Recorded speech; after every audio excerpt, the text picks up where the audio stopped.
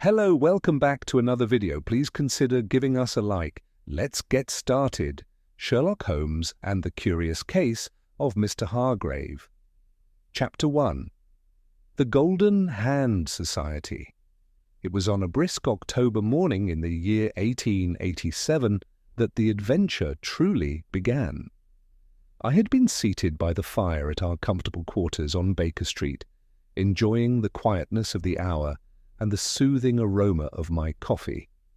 Holmes, as was often his habit, was buried in one of his many chemical experiments, his keen eyes focused on a glass beaker from which a faint blue smoke was rising.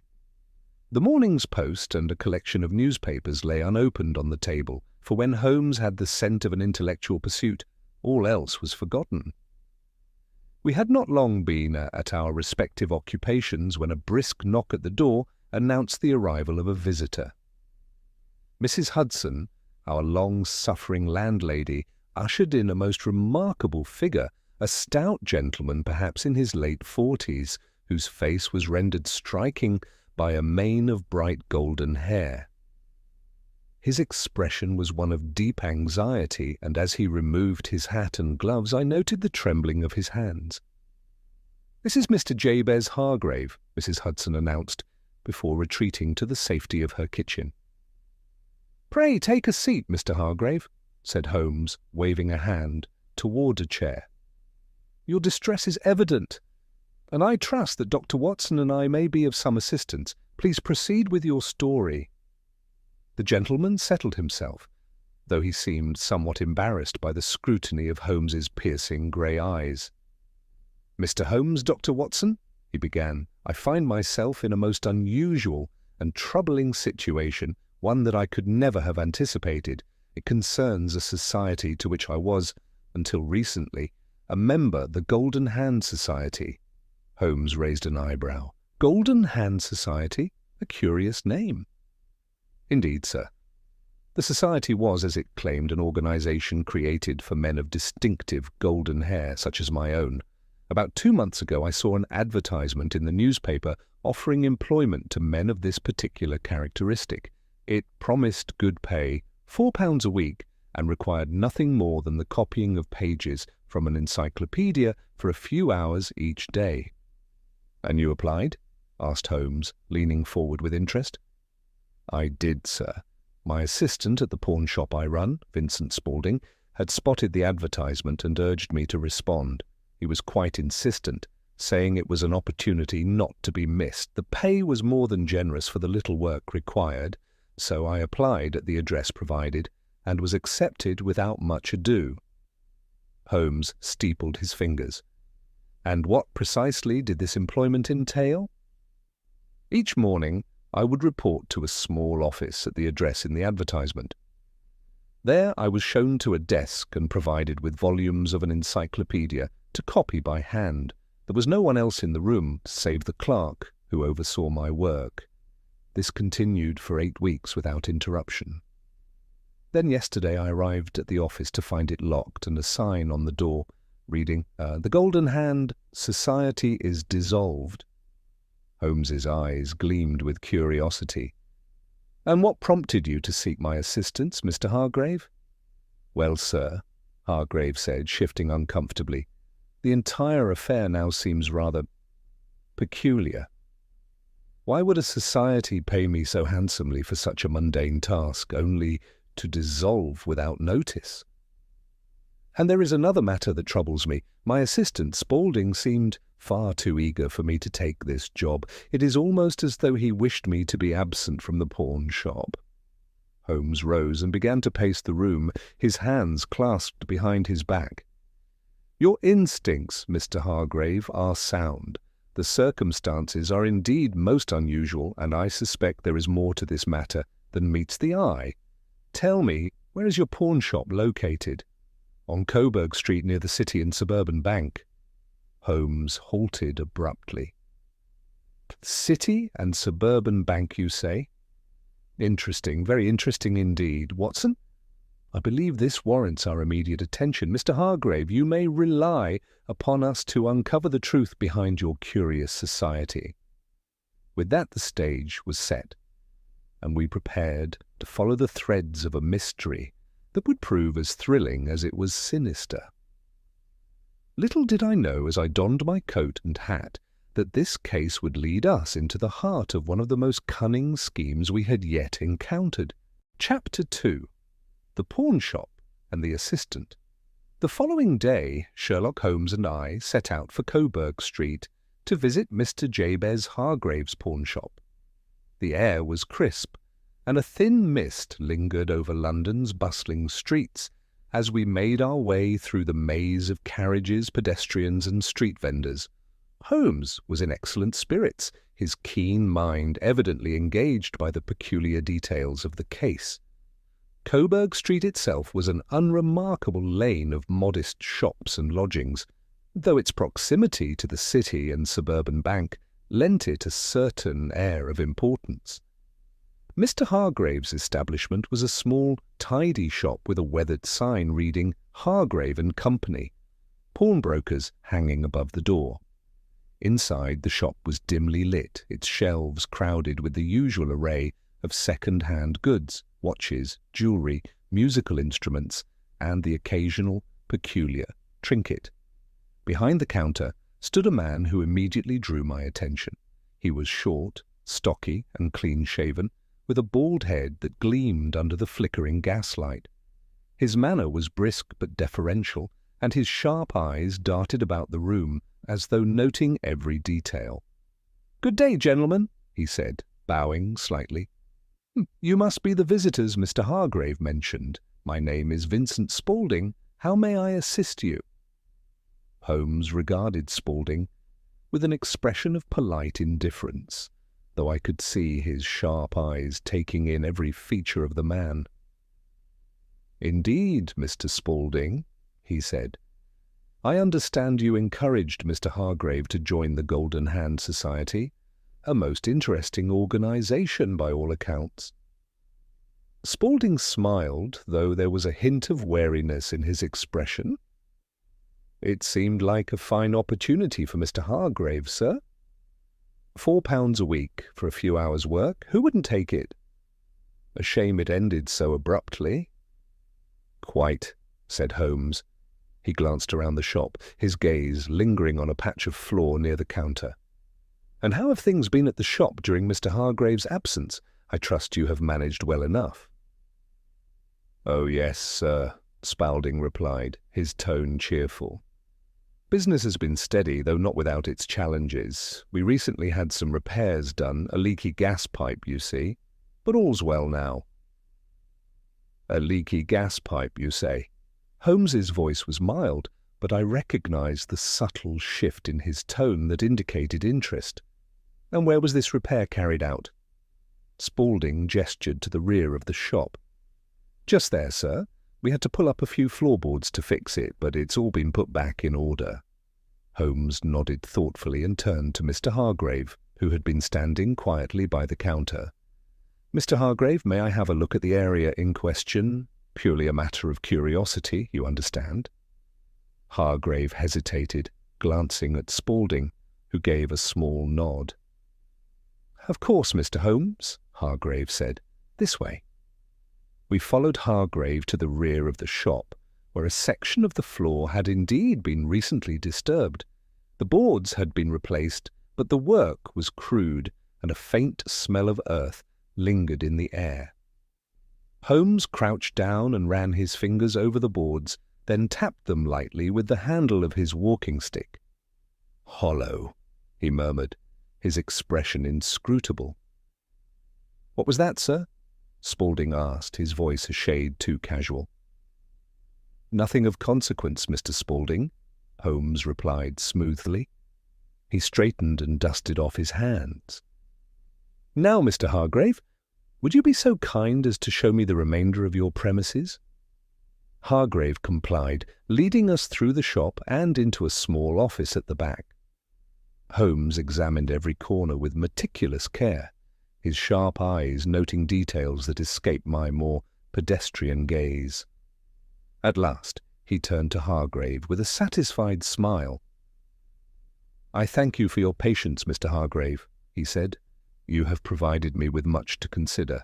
I believe Watson and I shall take a stroll along Coburg Street to reflect upon what we have learned."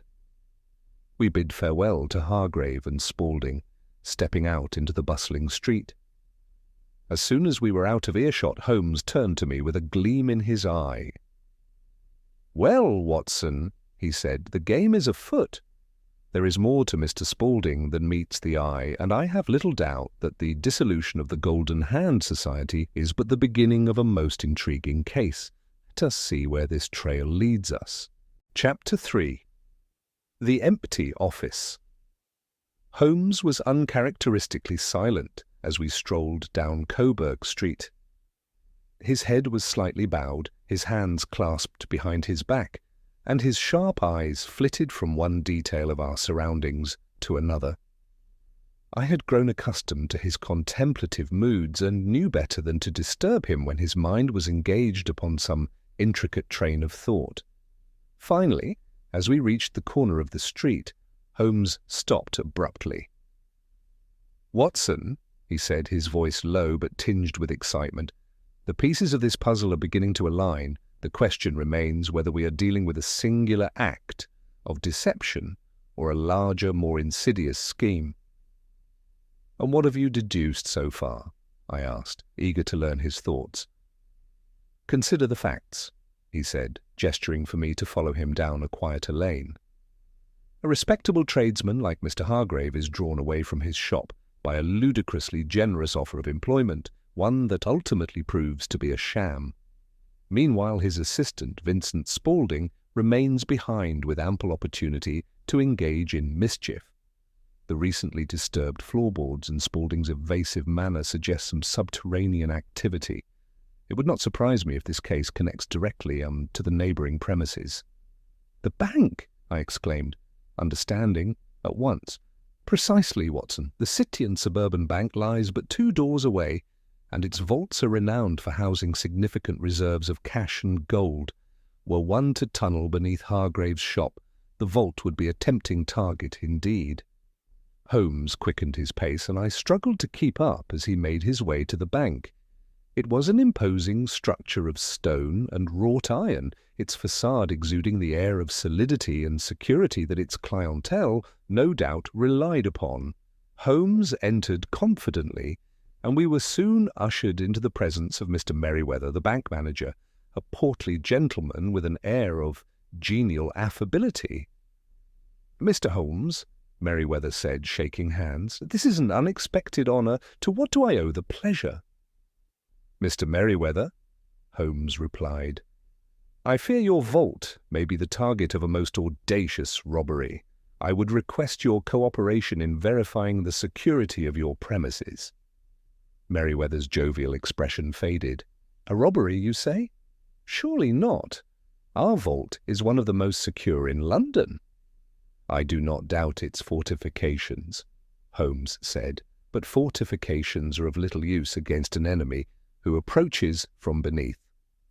The manager looked bewildered, but agreed to accompany us to the vault.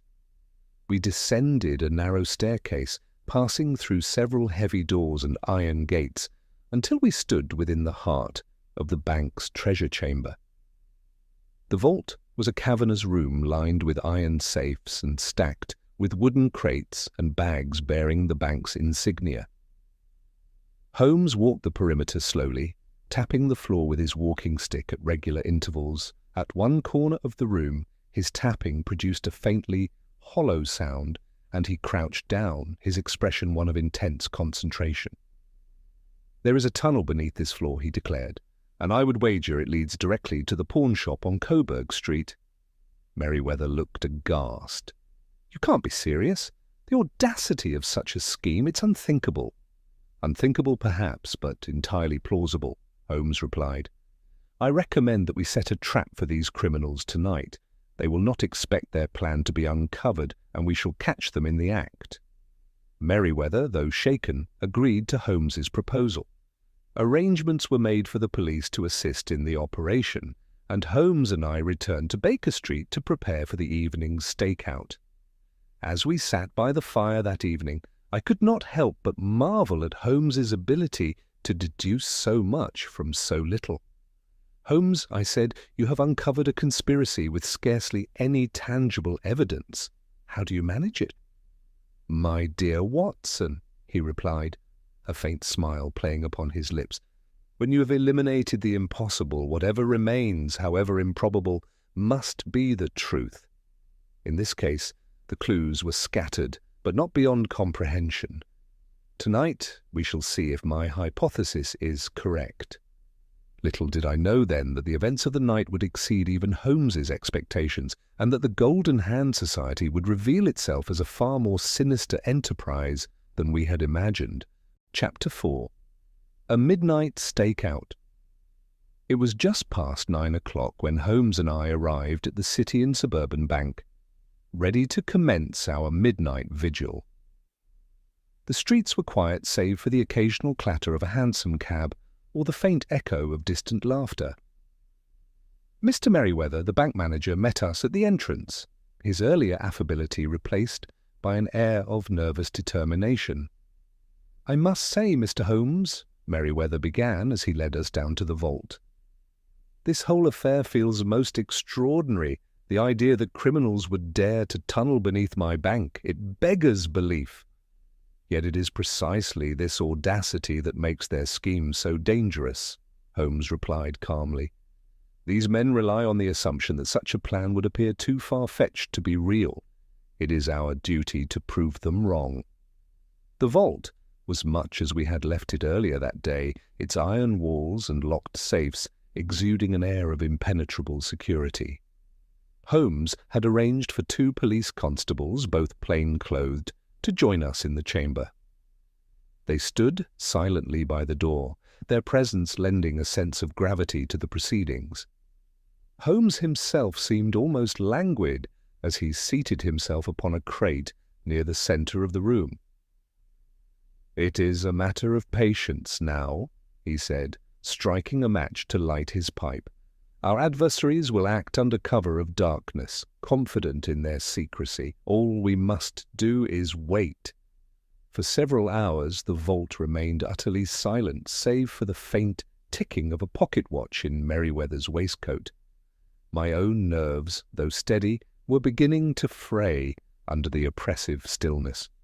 Holmes, however, appeared entirely unperturbed, his sharp features illuminated by the faint glow of his pipe.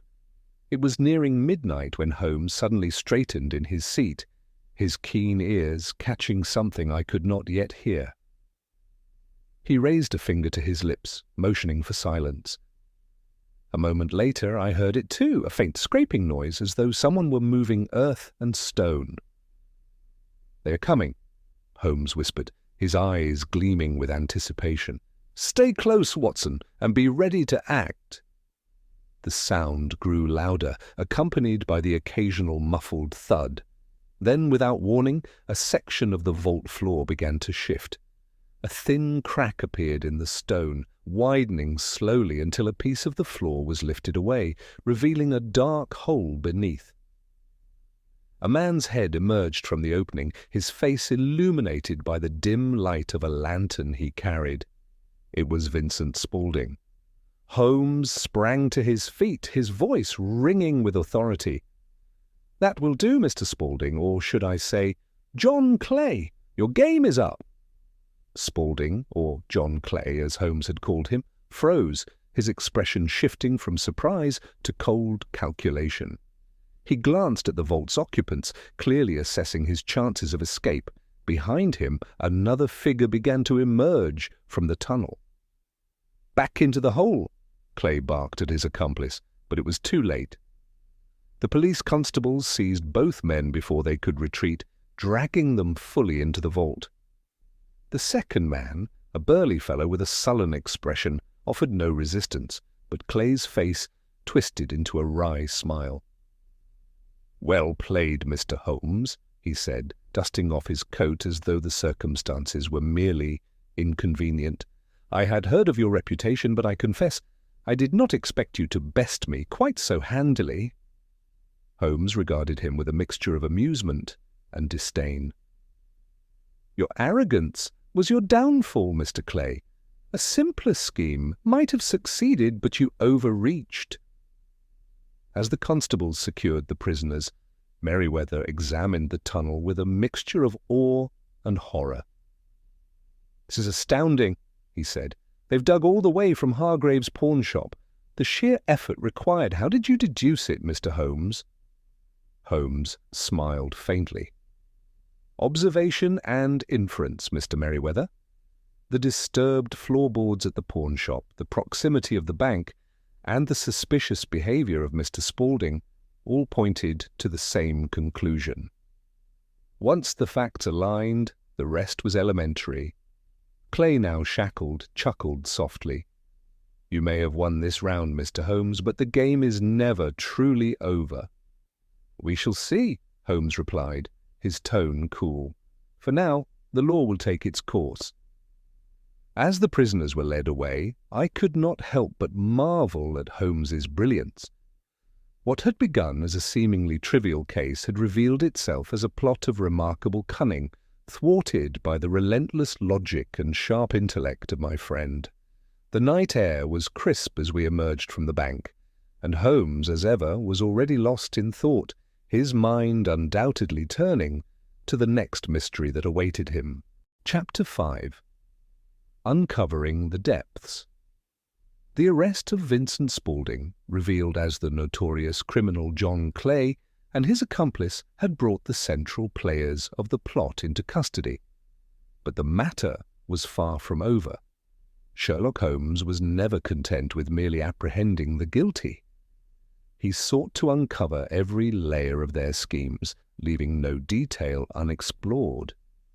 The following morning, Holmes, Mr. Merryweather, and I returned to the vault, now a scene of fascination for the bank's staff. The trapdoor in the floor leading to the tunnel remained open, exposing the sinister pathway that had nearly led to the bank's ruin. A police inspector stood nearby, his notebook in hand, as Holmes prepared to descend into the tunnel. "It is essential, Watson," Holmes remarked as he secured a lantern, "to understand the full scope of our adversary's operations. A tunnel of this magnitude is no small undertaking, and it is unlikely these men acted entirely alone." "Do you believe there are more conspirators?" I asked. "Not necessarily," Holmes replied, stepping carefully into the opening, "but we must examine the route they took, the tools they used, and any evidence they left behind. Such details often reveal the true brilliance, or folly, of a criminal enterprise." With some trepidation I followed Holmes into the tunnel, the damp earth walls pressing in around us. The air was heavy and stale, carrying the faint scent of soil and sweat. The passage was narrow, scarcely wide enough for a man to crawl through, and reinforced with wooden beams to prevent collapse. It was a marvel of crude engineering, extending in a straight line toward the pawn shop on Coburg Street. "Remarkable," Holmes muttered, examining the tool marks on the walls. This was the work of skilled hands, though not without haste. The diggers were clearly pressed for time, yet they managed to construct a passage capable of supporting itself.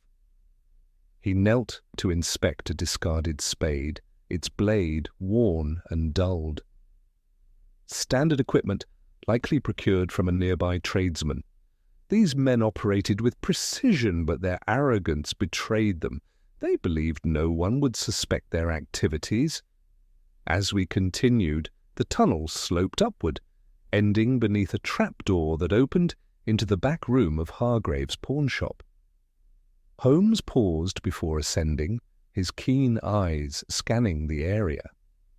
"Note the care they took to conceal their work," he said, gesturing to the trapdoor, which had been designed to blend seamlessly with the floorboards above. Had Mr. Hargrave not involved us, they might have succeeded. Once inside the pawnshop, Holmes began a meticulous examination of the room. The disturbed floorboards, the faint traces of mud on the walls, and the faint scent of oil all told a story to his discerning eye. They worked primarily at night, Holmes deduced, using the pawn shop as the staging ground. Spaulding's insistence on Hargrave joining the Golden Hand Society was a masterstroke of misdirection, ensuring the shop would remain unoccupied during the day. Mr. Hargrave, who had joined us upon hearing of our arrival, looked crestfallen. "To think I trusted that man," he said. Spaulding, Clay, I suppose I should call him, seemed so earnest, so eager to assist. Criminals of Clay's caliber often mask their true intentions with a veneer of respectability, Holmes replied. It is their ability to appear trustworthy that allows them to succeed. Holmes's search led him to a small ledger tucked away beneath the counter. He examined it closely, his brow furrowing. "Curious," he murmured. "This ledger contains a record of pawned items, yet certain entries are marked with a discreet symbol, a circle with a slash through it. Watson, do you recall the crates in the bank vault?" "I do," I said. "They were marked with similar symbols." "Precisely. This symbol represents a code one used to identify goods intended for smuggling or illicit trade. It appears our Mr. Clay had other enterprises beyond tunnelling." Holmes handed the ledger to the police inspector, who examined it with growing alarm. "This could be evidence of a smuggling ring," the inspector said. "We shall investigate further." "It would be wise," Holmes agreed. "Clay's tunnel may have been his boldest scheme, but it is unlikely to have been his only one. The Golden Hand Society, for instance, may have served as a front for other activities. A thorough inquiry will likely reveal more." With that, Holmes turned to Mr. Hargrave, who appeared both relieved and disheartened. "Your misfortune, Mr. Hargrave, was to employ a man of extraordinary cunning, but take comfort in knowing his plans have been thwarted, and your shop can once again serve honest customers." As we left Coburg Street, Holmes seemed unusually contemplative. "It is fascinating, Watson," he said, "how a single thread, when pulled, can unravel an entire tapestry." Chapter 6. The web tightens. A fortnight had passed since the capture of John Clay and his accomplice, and the investigation into their audacious scheme had yielded unexpected revelations. Holmes's instincts, as always, had proven correct. The tunnel beneath Hargrave's pawnshop was merely the surface of a more complex plot, and the coded ledger uncovered in the shop hinted at a criminal enterprise spanning far beyond London. On a brisk November morning, Holmes and I sat in our familiar quarters at Baker Street discussing the developments. A fresh bundle of newspapers lay on the table, their headlines abuzz with tales of the thwarted bank robbery. Holmes, however, was disinclined to rest on his laurels. "The true test of intellect, Watson," he remarked, leaning back in his chair with his pipe in hand, "is not merely in catching one's quarry, but in comprehending the full extent of their intentions. Clay's scheme to rob the City and Suburban Bank was bold, but it was not isolated. The Golden Hand Society, ostensibly a ruse, may yet prove to be the nexus of a far-reaching conspiracy." As if summoned by Holmes's musings, a knock came at the door, and Mrs. Hudson entered to announce the arrival of Inspector Lestrade of Scotland Yard. The inspector, a wiry man with a no-nonsense air, entered with a sheaf of papers under his arm. "Morning, Mr. Holmes, Dr. Watson," he said, taking the chair Holmes offered. "We've been digging into that ledger you uncovered at Hargrave's shop. It's opened quite the can of worms." "Indeed, Lestrade," Holmes said, his eyes brightening. "What have you discovered?" Lestrade laid the papers on the table and tapped them with his finger. "Smuggling, forgery, and illegal trade. That ledger lists not only pawned items, but also shipments of contraband, jewels, art, even rare artifacts. It seems Clay wasn't just a thief, but the leader of a well-organized syndicate. The Golden Hand Society was likely a front to launder goods and recruit unwitting accomplices." Holmes nodded. "The symbols in the ledger correspond to shipments, I presume?" "They do," Lestrade confirmed. "Each symbol matches a crate or package we've since traced to warehouses across London. We've made several arrests, but the scale of the operation is staggering." "Fascinating," Holmes murmured, steepling his fingers. "And yet the question remains, who financed Clay's ventures? Smuggling on such a scale requires capital, contacts, and influence. Clay, though clever, was but a cog in a larger machine." Lestrade hesitated. "We've uncovered a name, one that keeps cropping up in connection with the shipments and the Golden Hand Society, a man named Rupert Marsh. He's a reclusive figure, but he owns several warehouses and has ties to trade routes across Europe." Holmes's expression sharpened. "Rupert Marsh. I've encountered that name before, though I can't recall the particulars. What have you learned of him?" "Not much," Lestrade admitted. "He keeps to himself, rarely seen in public. But we've traced a shipment from one of his warehouses to the very tunnel Clay was digging. It seems Marsh was supplying Clay with tools and materials." Holmes rose, his energy renewed. "This is the connection I've been seeking. Watson, fetch your coat. Lestrade, I believe it's time we paid Mr. Marsh a visit." Later that day, we arrived at the sprawling estate of Rupert Marsh, situated on the outskirts of London. The house, though grand, had an air of neglect, its windows shuttered and its grounds overgrown. A sullen butler answered the door and led us to Marsh's study, a dimly lit room filled with heavy furniture and an overwhelming sense of secrecy. Marsh himself was a thin, sharp-featured man with a cold, calculating gaze. He greeted us with a forced politeness, though it was clear he resented our intrusion. "Mr. Holmes, Inspector Lestrade, Dr. Watson," he said, gesturing for us to sit. "To what do I owe the pleasure?" Holmes wasted no time. "Mr. Marsh, your name has been linked to the Golden Hand Society and the activities of John Clay. I believe you financed his operations and provided the means for his attempted bank robbery." Marsh's expression did not change. "A serious accusation, Mr. Holmes. Do you have evidence?" Holmes smiled faintly.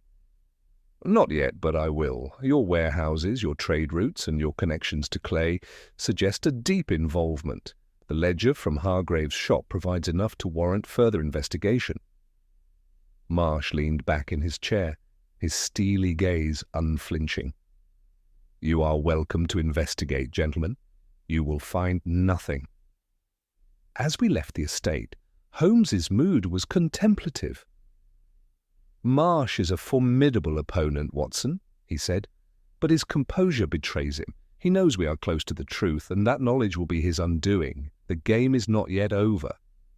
I could see in Holmes's determined expression that Marsh, for all his confidence, had underestimated the man who now pursued him. Chapter 7. The game is won. 2 days after our visit to Rupert Marsh's estate, Holmes sat by the fire at 221B Baker Street, a faint smile playing on his lips. It was a smile I recognized well, one that foretold the conclusion of a case. I had not seen him this animated since the arrest of John Clay, and I suspected he had uncovered the means to ensnare Marsh in his web of deceit. "Watson," he said at last, "our adversary is a clever one, but even the most cunning of criminals cannot escape their own hubris. Rupert Marsh, for all his cold precision, has made a critical error. Lestrade will join us shortly, and we shall put an end to this matter tonight."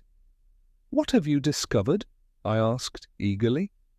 Holmes rose and retrieved a map from the mantel, spreading it across the table. "This," he said, pointing to a marked location near the Thames, "is Marsh's private warehouse. It serves as the nerve centre for his smuggling operations. While his estate is kept pristine, his true dealings occur here in the shadows." "And you believe he will be there tonight?" I asked. "I do," Holmes replied. "Marsh, like all men of his ilk, operates on routine. A shipment of contraband is due to arrive under cover of darkness. Marsh will undoubtedly oversee its transfer, confident that his operations remain unseen. Lestrade and his men will surround the warehouse while we gather the evidence to confront him." Before I could respond, there was a knock at the door, and Lestrade entered, his expression one of grim determination. "We're ready, Mr. Holmes. My men are stationed nearby, awaiting your signal." Holmes nodded. "Then let us waste no time. Tonight we shall end the Golden Hand Society." The warehouse was a dark, hulking structure by the water's edge, its windows shuttered, and its entrances guarded by burly men who moved with the precision of seasoned criminals.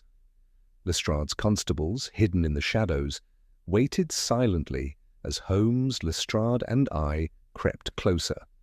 Holmes motioned for silence and led us to a side door, which he opened with a slender tool from his coat.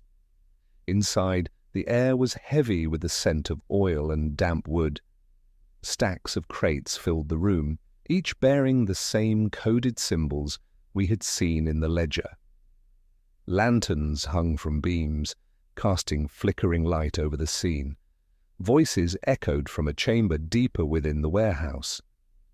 Holmes gestured for us to follow, and we moved carefully toward the sound.